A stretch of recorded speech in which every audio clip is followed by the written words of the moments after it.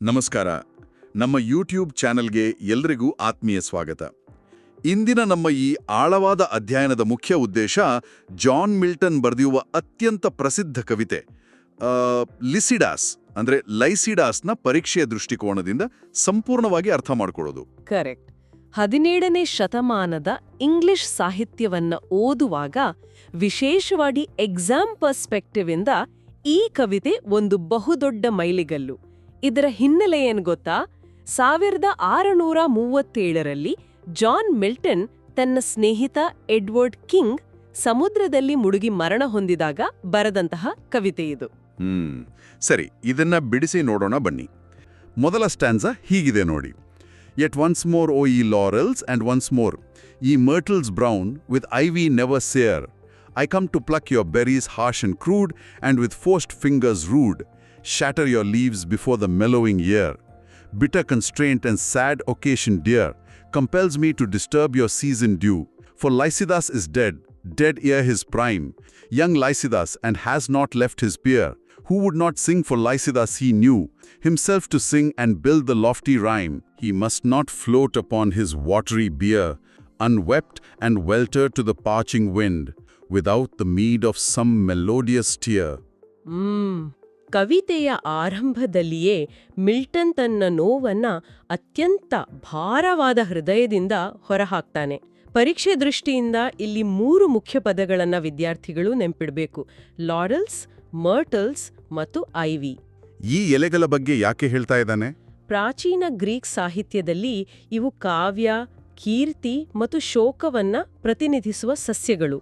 Milton ಹೇಳ್ತಾನೆ, ನಾನು ನಿಮ್ಮ ಎಲೆಗಳನ್ನ ಅವು ಹಣ್ಣಾಗುವ ಮೊದಲೇ, ಅಂದ್ರೆ ಅವುಗಳ ಕಾಲಕ್ಕಿಂತ ಮುಂಚೆಯೇ ಕೀಳ್ತಾ ಇದ್ದೀನಿ ಅಂತ.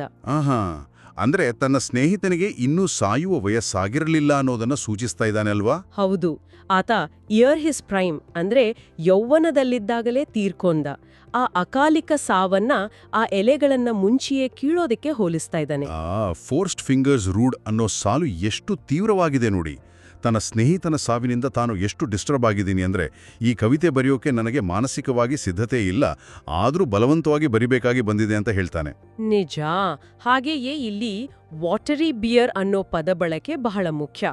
ಬಿಯರ್ ಅಂದ್ರೆ ಶವಪೆಟ್ಟಿಗೆ. ಆದ್ರೆ ಲಿಸಿಡಾಸ್ ಮುಳುಗಿ ಸತ್ತಿರೋದ್ರಿಂದ ಆ ಸಮುದ್ರದ ನೀರೇ ಅವನಿಗೆ ಶವಪೆಟ್ಟಿಗೆ ಆಗಿದೆ. ಓಹೋ, ಎಡ್ವರ್ಡ್ ಕಿಂಗ್ ಕೂಡ ಒಬ್ಬ ಕವಿಯಾಗಿದ್ದ ಅಲ್ವಾ? ಹೌದು. ಆತ ಸುಮ್ನೆ ಕುರುಬನಲ್ಲ, ಕಾವ್ಯ ರಚನೆ ಮಾಡ್ತಿದ್ದ. ಇಂಥ ಪ್ರತಿಭೆ ಕಡಲಿನಲ್ಲಿ ಮುಳುಗಿದಾಗ ಅವನಿಗೊಂದು ಕಾವ್ಯದ ನಮನ ಅಂದ್ರೆ ಮೆಲೋಡಿಯಸ್ ಟಿಯರ್ ಸಲ್ಲಿಸದೆ ಅವನ ದೇಹ ಸಮುದ್ರದ ಗಾಳಿಗೆ ಒಣಗೋಕೆ ಬಿಡಬಾರದು ಅನ್ನೋದು ಮಿಲ್ಟನ್ನ ಆಶಯ. ಕರೆಕ್ಟ್. ಈ ಹಸಿಬಿಸಿಯಾದ ಶೋಕದ ನಂತರ ತನ್ನ ಕಾವ್ಯಕ್ಕೆ ಶಕ್ತಿ ಬೇಕು ಅಂತ ಕವಿ ಪುರಾಣದ ದೇವತೆಗಳ ಮೊರೆ ಹೋಗ್ತಾನೆ. 2ನೇ ಸ್ಟ್ಯಾನ್ಸಾ ಹೀಗಿದೆ: begin then, sisters of the sacred well, that from beneath the seat of Jove doth spring. Begin, and somewhat loudly sweep the string. Hence with denial vain and coy excuse. So may some gentle muse, with lucky words, favor my destined urn. And as he passes, turn, and bid fair peace be to my sable shroud. ಇಲ್ಲಿರುವ ಅತ್ಯಂತ ಕುತೂಹಲಕಾರಿ ಅಂಶ ಏನಂದ್ರೆ, Milton ಕಾವ್ಯ ದೇವತೆಗಳನ್ನ ಅಂದ್ರೆ Greek ಪುರಾಣದ ಮ್ಯೂಸಸ್ ಅನ್ನ ಹೇಗೆ ಪ್ರಾರ್ಥಿಸ್ತಾನೆ ಅನ್ನೋದು. ಆ sisters of the Sacred well ಅಂದ್ರೆ ಅವರೇ ಅಲ್ವಾ? ಹೌದು. ಜೂಪಿಟರ್ ಅಂದ್ರೆ ಜೋವ್ ದೇವರ ಸಿಂಹಾಸನದ ಕೆಳಗಿನ ಪವಿತ್ರ ಚಿಲುಮೆಯಿಂದ ಬರುವ ಪ್ರೇರಣೆಯನ್ನ ಅವನ್ ಕೇಳ್ತಾ ಇದ್ದಾನೆ. ತನ್ನ ಕಾವ್ಯ ಜೋರಾಗಿ ಮೂಡಿ ಬರ್ಲಿ, ಯಾವುದೇ ನೆಪ ಹೇಳ್ದೆ ದೇವತೆಗಳು ತನಗೆ ಒಲಿಲಿ ಅಂತ ಕೇಳ್ತಾನೆ. ಆದ್ರೆ ಇಲ್ಲೊಂದು ಡೌಟ್ ಇದೆ. ಗೆಳೆಯ ಸತ್ತಿದ್ದಾನೆ, ಅವನ ಬಗ್ಗೆ ಬರಿತಾ ಇದ್ದಾನೆ ಸರಿ, ಆದರೆ ಇದ್ದಕ್ಕಿದ್ದಂತೆ ತನ್ನದೇ ಸಮಾಧಿಯ ಬಗ್ಗೆ ಯಾಕೆ ಮಾತಾಡ್ತಾ ಇದ್ದಾನೆ? ಆ ಡೆಸ್ಟಿನ್ಡ್ ಅರ್ನ್ ಮತ್ತೆ ಸೇಬಲ್ ಶ್ರೌಡ್ ಅಂತ ಬಳಸಿದಾನಲ್ಲ, ಇದು ಸ್ವಲ್ಪ ಸ್ವಾರ್ಥ ಅಂತ ಅನ್ಸಲ್ವಾ? ಇಲ್ಲ ಇಲ್ಲ, ಖಂಡಿತ ಸ್ವಾರ್ಥ ಅಲ್ಲ. ಇದನ್ನ ನಾವು ಆಳವಾಗಿ ವಿಶ್ಲೇಷಿಸಬೇಕು. ಇದು ವಾಸ್ತವದ ಅರಿವು. ತನ್ನಷ್ಟೇ ವಯಸ್ಸಿನ ತನ್ನಂತೆಯೇ ಇದ್ದ ಯುವ ಸ್ನೇಹಿತನ ದಿಢೀರ್ ಸಾವು ಮಿಲ್ಟನ್ಗೆ ತನ್ನ ಸಾವಿನ ನೆನಪು ತರಿಸುತ್ತೆ. ಅಂದ್ರೆ ಇಂದು ಇವನಿಗೆ ಬಂದ ಪರಿಸ್ಥಿತಿ ನಾಳೆ ನನಗೂ ಬರಬಹುದು ಅನ್ನೋ ಭಯನಾ? ಎಕ್ಸಾಕ್ಟ್ಲಿ. ನಾನು ಸತ್ತಾಗ್ಲೂ ಯಾರಾದ್ರೂ ಒಬ್ಬ ಕವಿ ಬಂದು ನನ್ನ ಸಮಾಧಿಗೆ 2 ಪ್ರೀತಿಯ ಮಾತುಗಳನ್ನಾಡ್ಲಿ ಅನ್ನೋ ಹಂಬಲ ಅದು. ಇನ್ನೊಂದು ಮುಖ್ಯವಾದ ವಿಚಾರ ವಿದ್ಯಾರ್ಥಿಗಳಿಗೆ ಸ್ಪಷ್ಟಪಡಿಸಬೇಕು. ಲಿಸಿಡಾಸ್ನ ದೇಹ ಸಮುದ್ರದಲ್ಲಿ ಕಳೆದು ಹೋಗಿದೆ. ಅವನಿಗೆ ನಿಜವಾದ ಸಮಾಧಿ ಇಲ್ಲ. ಹಾಗಾಗಿ ಈ ಕವಿತೆಯೇ ಆತನಿಗೆ ಸಾಂಕೇತಿಕ ಸಮಾಧಿಯಾಗತ್ತೆ. ವಾಹ್, ಇದೊಂದು ಅದ್ಭುತವಾದ ತಾತ್ವಿಕ ನಿಲುವು. ಆ ಸಾಂಕೇತಿಕತೆಯನ್ನ ಎಕ್ಸಾಮ್ನಲ್ಲಿ ಬರೆಯಲೇಬೇಕು. ಸರಿ, ಈಗ 3ನೇ ಸ್ಟಾನ್ಸಾ ಕಡೆ ಹೋಗೋಣ. ಕೇಂಬ್ರಿಡ್ಜ್ ದಿನಗಳ ಮಧುರ ನೆನಪುಗಳು ಇಲ್ಲಿ ಬರ್ತವೆ. For we were nursed upon the self same hill, fed the same flock by fountain, shade and rill. Together both, ere the high lawns appeared, under the opening eyelids of the morn, we drove afield, and both together heard, what time the grey fly winds her sultry horn, battening our flocks with the fresh dews of night, oft till the star that rose at evening bright, toward heaven's descent had sloped his westering wheel. Meanwhile, the rural ditties were not mute, tempered to the oaten flute, rough satyrs danced, and fawns with cloven heel, from the glad sound would not be absent long, and old Damoetus loved to hear our song. ಇದು ಇಡೀ ಕವಿತೆಯ ಅತ್ಯಂತ nostalgic ಅಂದ್ರೆ ಹಳೆಯ ನೆನಪುಗಳನ್ನ ಮೆಲುಕು ಹಾಕುವ ಭಾಗ. ಅವರು ಕಾಲೇಜ್ನಲ್ಲಿ ಒಟ್ಟಿಗೆ ಓದಿದ್ರು ಅಂತ ನೇರವಾಗಿ ಹೇಳಲ್ಲ. ಬದಲಾಗಿ ತಾವಿಬ್ರೂ ಕುರುಬರಾಗಿ ಒಂದೇ ಬೆಟ್ಟದಲ್ಲಿ ಬೆಳೆದೆವು, ಒಟ್ಟಿಗೆ ಕುರಿ ಕಾಯಿದೆವು ಅಂತ ವರ್ಣಿಸ್ತಾನೆ. ಪರೀಕ್ಷೆಯಲ್ಲಿ ಈ ರೂಪಕಗಳನ್ನ ಅಂದ್ರೆ ಮೆಟಫರ್ಸ್ ನ ಡಿಕೋಡ್ ಮಾಡೋದು ಬಹಳ ಮುಖ್ಯ ಅಲ್ವಾ? ಹೌದು, ಖಂಡಿತ. ಬೆಳಗಿನ ಜಾವದಿಂದ ಅಂದ್ರೆ opening eyelids of the morn ಇಂದ ಸಂಜೆ ನಕ್ಷತ್ರ ಮೂಡುವವರೆಗೆ ಒಟ್ಟಿಗೆ ಕುರಿ ಕಾಯೋದು ಅಂದ್ರೆ ಲೈಕ್ ಯೂನಿವರ್ಸಿಟಿಯಲ್ಲಿ ಬೆಳಗ್ಗೆಯಿಂದ ರಾತ್ರಿವರೆಗೆ ಒಟ್ಟಿಗೆ ಕೂತು ಓದಿದ್ದು, ಚರ್ಚೆ ಮಾಡಿದ್ದು ಅಂತ ಅರ್ಥ. ಮತ್ತೆ ಆ ಸ್ಯಾಟೈರ್ಸ್ ಮತ್ತೆ ಫಾನ್ಸ್ ಅಂತ ಕಾಲ್ಪನಿಕ ಜೀವಿಗಳು ಬರ್ತಾವಲ್ಲ, ಅವು ಬೇರೆ ವಿದ್ಯಾರ್ಥಿಗಳನ್ನ ಪ್ರತಿನಿಧಿಸ್ತಾವಲ್ವಾ? ಅವರ ಕಾವ್ಯ ಎಷ್ಟು ಸುಮಧುರವಾಗಿತ್ತು ಅಂದ್ರೆ ಆ ಜೀವಿಗಳು ಬಂದು ಕುಣಿತಾ ಇದ್ವು ಅಂತ. ಕರೆಕ್ಟ್. ಹಾಗೆಯೇ ಓಲ್ಡ್ ಡೆಮೋಯಿಟಾಸ್ ಅನ್ನೋದು ಅವರ ಕಾಲೇಜಿನ ಹಿರಿಯ ಪ್ರಾಧ್ಯಾಪಕರೊಬ್ಬರನ್ನ ಸೂಚಿಸುತ್ತೆ. ಅವರು ಇವರ ಪ್ರತಿಭೆಯನ್ನ ತುಂಬಾ ಮೆಚ್ಚಿಕೊಂಡಿದ್ರು. ಈ ಸುಂದರ ಗ್ರಾಮೀಣ ಚಿತ್ರಣ ಕೊಡೋದು ಕವಿಯ ಒಂದು ತಂತ್ರ. ಯಾಕೆ? ಅಷ್ಟು ಸಂತೋಷದ ದಿನಗಳನ್ನು ನೆನಪಿಸ್ಕೊಂಡ್ರೆ ದುಃಖ ಕಡಿಮೆ ಆಗುತ್ತಾ? ಇಲ್ಲ, ಉಲ್ಟಾ. ಹಿಂದಿನ ಸಂತೋಷದ ದಿನಗಳನ್ನ ಎಷ್ಟು ಸುಂದರವಾಗಿ ಕಟ್ಟಿಕೊಡ್ತೀವೋ, ಮುಂದಿನ ವಾಸ್ತವದ ದುಃಖ ಅಷ್ಟು ಕಠೋರವಾಗಿ ನಮಗೆ ಅಪ್ಪಳಿಸತ್ತೆ. ಇಲ್ಲೇ ನೋಡಿ, ವಿಷಯ ತುಂಬಾ ರೋಚಕವಾಗೋದು. ಆ ಕಠೋದ ವಾಸ್ತವ ಹೇಗೆ ಅಪ್ಪಳಿಸುತ್ತೆ ಅಂತ 4ನೇ ಸ್ಟಾನ್ಸಾದಲ್ಲಿ ನೋಡ್ಬೋದು. ಹಿತವಾದ ನೆನಪುಗಳಿಂದ ಇದ್ದಕ್ಕಿದ್ದಂತೆ ನೋವಿನ ಕಡೆಗಿನ ಬದಲಾವಣೆ. But O the heavy change, now thou art gone, and never must return. Thee, shepherd, thee the woods and desert caves, with wild thyme and the gadding vine overgrown, and all their echoes mourned. The willows and the hazel copses green shall now no more be seen, fanning their joyous leaves to thy soft lays, as killing as the canker to the rose, or taint worm to the weaning herds that graze, or frost to flowers that their gay wardrobe wear. When first the white thorn blows, such Lycidas thy loss to shepherd's ear. ಆಹಾ, heavy change, ಎಂಥ ಭೀಕರ ಬದಲಾವಣೆ. ಇಲ್ಲಿ ಲಿಸಿಡಾಸ್ ಇನ್ನೆನ್ನೂ ಬರೋದಿಲ್ಲ ಅನ್ನೋ reality ಅರಿವಾಗುತ್ತೆ. ಆತ ಇಲ್ಲದಿರೋದಕ್ಕೆ ಬರೀ ಮನುಷ್ಯರಲ್ಲ, ಇಡೀ ಪ್ರಕೃತಿ, ಆ ಗುಹೆಗಳು, ಮರಗಳು ಮರುಗುತ್ತಾ ಇವೆ. ಒಂದು ಕಾಲದಲ್ಲಿ ಅವನ ಹಾಡಿಗೆ ಕುಣಿಯುತ್ತಿದ್ದ ಮರಗಳು ಈಗ ಮೌನವಾಗಿವೆ. ಇಲ್ಲಿ ಎಕ್ಸಾಮ್ಗೆ ಬಹಳ ಮುಖ್ಯವಾದ 3 ಉಪಮೆಗಳು ಅಂದ್ರೆ ಅನಾಲೋಜಿಸ್ ಇವೆ ಅಲ್ವಾ? ಹೌದು. ಮಿಲ್ಟನ್ ಈ ಸಾವನ್ನ 3 ವಿನಾಶಕಾರಿ ಅಂಶಗಳಿಗೆ ಹೋಲಿಸ್ತಾನೆ. ಮೊದಲನೆಯದು ಗುಲಾಬಿ ಹೂವಿಗೆ ತಗುಲುವ ರೋಗ, ಅಂದ್ರೆ ಕ್ಯಾಂಕರ್ ಟು ದ ರೋಸ್. ಇದು ಸೌಂದರ್ಯದ ನಾಶವನ್ನ ಸೂಚಿಸುತ್ತೆ. ಓಹೋ. ಎರಡನೇದು ಎಳೆ ಕರುಗಳಿಗೆ ಬಡಿಯುವ ಹುಳ, ಅಂದ್ರೆ ಟೇಂಟ್ ವರ್ಮ್ ಟು ದ ವೀನ್ಲಿಂಗ್ ಹರ್ಡ್ಸ್. ಇದು ಮುಗ್ಧತೆಗೆ ಬರುವ ಕುತ್ತು. ಕರೆಕ್ಟ್. ಮೂರನೆಯದು ವಸಂತ ಕಾಲದ ಅರಳುವ ಹೂವಿಗಳಿಗೆ ಬಡಿಯುವ ಮಂಜು, ಫ್ರಾಸ್ಟ್ ಟು ಫ್ಲವರ್ಸ್. ಇದು ಯೌವನದ ನಾಶ. ಈ 3 ಹೋಲಿಕೆಗಳು ಏನ್ ಹೇಳ್ತವೆ ಅಂದ್ರೆ, ಲಿಸಿಡಾಸ್ ಸಾವು ಕೇವಲ ಒಬ್ಬ ವ್ಯಕ್ತಿಯ ನಷ್ಟ ಅಲ್ಲ, ಇಡೀ ಪ್ರಕೃತಿಯ ಸೌಂದರ್ಯಕ್ಕೆ ಆದ ಅನ್ಯಾಯ. ನಿಜ. ಈ ಅನ್ಯಾಯದ ಭಾವನೆ ಕವಿಯಲ್ಲಿ ಹತಾಶೆಯನ್ನು ಹುಟ್ಟುಹಾಕುತ್ತೆ. ಇಷ್ಟೆಲ್ಲ ಪ್ರತಿಭೆ ಇರೋ ಯುವಕ ಮುಳುಗುವಾಗ ರಕ್ಷಕ ದೇವತೆಗಳು ಎಲ್ಲಿದ್ರು? 5ನೇ ಸ್ಟಾನ್ಸಾ ಅದೇ ಪ್ರಶ್ನೆ ಕೇಳುತ್ತೆ. Where were ye nymphs when the remorseless deep closed on the head of your loved Lycidas? For neither were ye playing on the steep, where your old bards, the famous druids, lie, nor on the shaggy top of Mona high, nor yet where Deva spreads her wizard stream. I fondly dream. Had you been there, for what could that have done? What could the muse herself that Orpheus bore, the muse herself for her enchanting son, whom universal nature did lament, when by the rout that made the hideous row, his gory visage down the stream was sent, down the swift Hebrus to the lesbian shore. ಇದು ಒಂದು ಮುಖ್ಯವಾದ ಪ್ರಶ್ನೆಯನ್ನ ಹುಟ್ಟುಹಾಕುತ್ತೆ. ಲಿಸಿಡಾಸ್ ಸಮುದ್ರದಲ್ಲಿ ಮುಳುಗುವಾಗ ಆ ರಕ್ಷಕ ದೇವತೆಗಳಾದ ನಿಮ್ಸ್ ಎಲ್ಲಿದ್ರು? ಮೋನಾ ಬೆಟ್ಟದ ಮೇಲಿದ್ರಾ ಅಥವಾ ದೇವಾ ನದಿಯ ಬಳಿ ಇದ್ರಾ ಅಂತ ಕವಿ ಕೇಳ್ತಾನೆ. ಆದರೆ ತಕ್ಷಣ ಆತನಿಗೆ ವಾಸ್ತವದ ಅರಿವಾಗುತ್ತೆ ಅಲ್ವಾ? ನಾನೇಕೆ ಸುಮ್ಮನೆ ಕನಸು ಕಾಣ್ತಾ ಇದ್ದೀನಿ, ಅವರು ಅಲ್ಲಿದ್ರೂ ಏನೂ ಮಾಡೋಕ್ಕಾಗ್ತಾ ಇರಲಿಲ್ಲ ಅಂತ. ಹೌದು. ಈ ಅಸಹಾಯಕತೆಯನ್ನ ವಿವರಿಸೋಕೆ ಆತ ಗ್ರೀಕ್ ಕವಿ ಆರ್ಫಿಯಸ್ನ ಉದಾಹರಣೆ ಕೊಡ್ತಾನೆ. ವಿದ್ಯಾರ್ಥಿಗಳು ಇದನ್ನ ಪರೀಕ್ಷೆಯಲ್ಲಿ ಹೈಲೈಟ್ ಮಾಡಬೇಕು. ಆರ್ಫಿಯಸ್ ಎಷ್ಟು ಶ್ರೇಷ್ಠ ಕವಿಯಾಗಿದ್ದ ಅಂದ್ರೆ ಪ್ರಕೃತಿಯೇ ಅವನ ಹಾಡಿಗೆ ತಲೆದೂಗುತ್ತಿತ್ತು. ಆದರೆ ಅವನನ್ನ ಕಾಡುಜನಲು ಕೊಂದಾಗ ಸ್ವತಃ ಕಾವ್ಯದೇವತೆಯಾದ ಅವನ ತಾಯಿಯೇ ಅವನನ್ನು ಉಳಿಸೋಕಾಗ್ಲಿಲ್ಲ. ಆಹಾ, ಇದು ಯೂನಿವರ್ಸಲ್ ಫೀಲಿಂಗ್.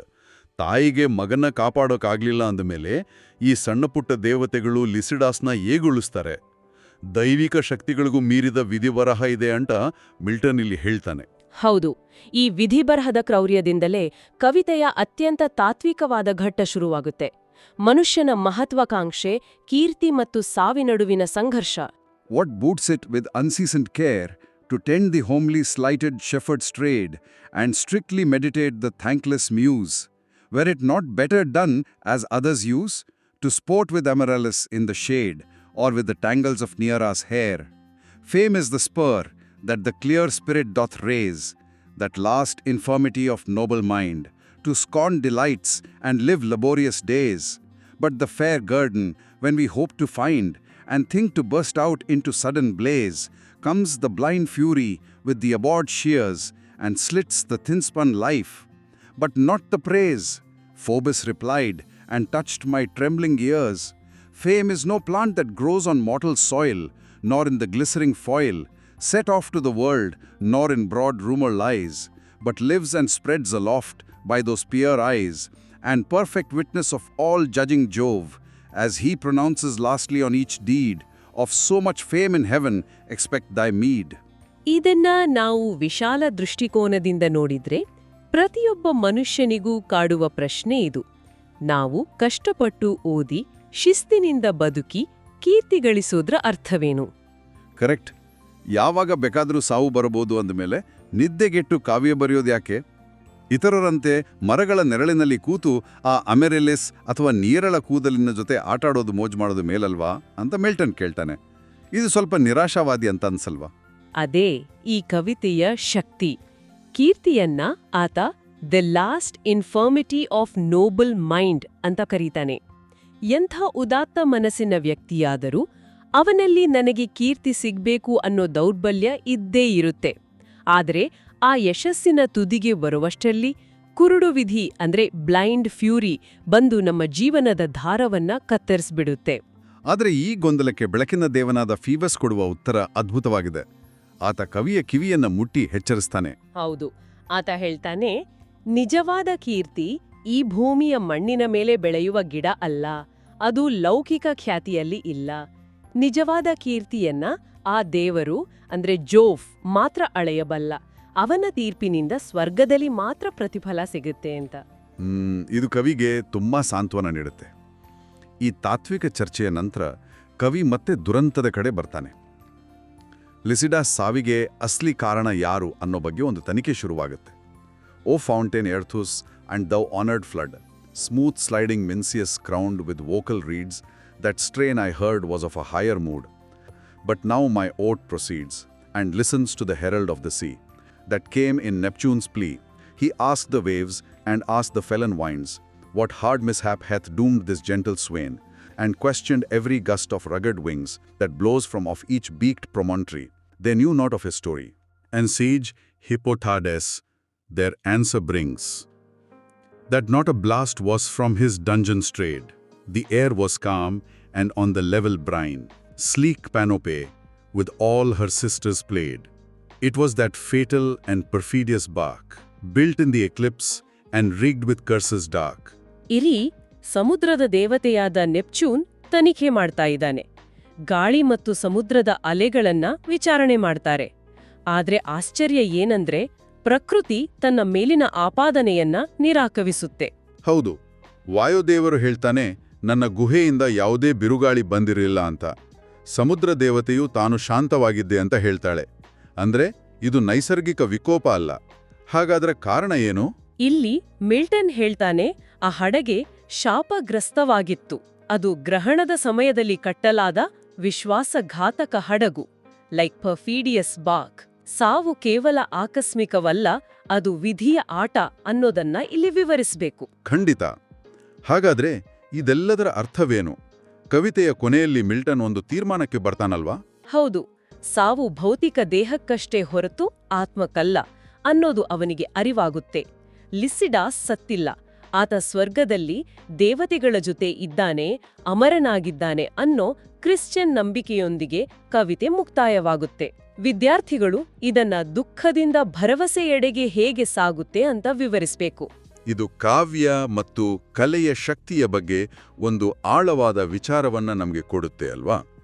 ಎಡ್ವರ್ಡ್ ಕಿಂಗ್ ಸಮುದ್ರದಲ್ಲಿ ಮುಳುಗಿ ಸತ್ತಿರ್ಬೋದು, ಆದರೆ ಮಿಲ್ಟನ್ ಬರೆದ ಈ ಕವಿತೆಯ ಮೂಲಕ ಆತ ಇಂದಿಗೂ, ಅಂದರೆ ನೂರಾರು ವರ್ಷಗಳ ನಂತರವೂ ನಮ್ಮೆಲ್ಲರ ಮನಸ್ಸಿನಲ್ಲಿ ಅಮರನಾಗಿದ್ದಾನೆ. ಕಲೆಯು ಸಾವನ್ನ ಗೆಲ್ಲುವ ಅಸ್ತ್ರವಲ್ಲವೇ? ಎಂತಹ ಅದ್ಭುತವಾದ ಮಾತು! ಭೌತಿಕ ಸಾವು ಅಂತ್ಯವಲ್ಲ, ಕಲೆಯ ಮೂಲಕ ನಾವು ಅನಂತತೆಯನ್ನ ತಲುಪಬಹುದು ಅನ್ನೋದು ಈ ಕವಿತೆಯ ನಿಜವಾದ ಸಾರ. ಖಂಡಿತ. ಇಂದಿನ ನಮ್ಮ ಈ ಆಳವಾದ ಅಧ್ಯಯನ ನಿಮಗೆ ಪರೀಕ್ಷೆಯ ದೃಷ್ಟಿಯಿಂದ ಅತ್ಯಂತ ಸ್ಪಷ್ಟವಾದ ಚಿತ್ರಣವನ್ನ ನೀಡಿದೆ ಅಂತ ಭಾವಿಸ್ತೀವಿ. ಈ ವಿಶ್ಲೇಷಣೆ ನಿಮಗೆ ಇಷ್ಟವಾಗಿದ್ದರೆ ದಯವಿಟ್ಟು ಲೈಕ್ ಮಾಡಿ, ನಿಮ್ಮ ಅನಿಸಿಕೆಗಳನ್ನು ಕಮೆಂಟ್ ಮಾಡಿ ಮತ್ತು ಮರೆಯದೆ ನಮ್ಮ ಯೂಟ್ಯೂಬ್ ಚಾನಲ್ಗೆ ಸಬ್ಸ್ಕ್ರೈಬ್ ಆಗಿ. ಮುಂದಿನ ಬಾರಿ ಮತ್ತೊಂದು ರೋಚಕ ವಿಷಯದೊಂದಿಗೆ ಭೇಟಿಯಾಗೋಣ. ಓದುತ್ತಿರಿ, ಕಲಿಯುತ್ತಿರಿ. If you find this explanation of Lycidas helpful, kindly subscribe to this YouTube channel for more English literature and literary theory lectures.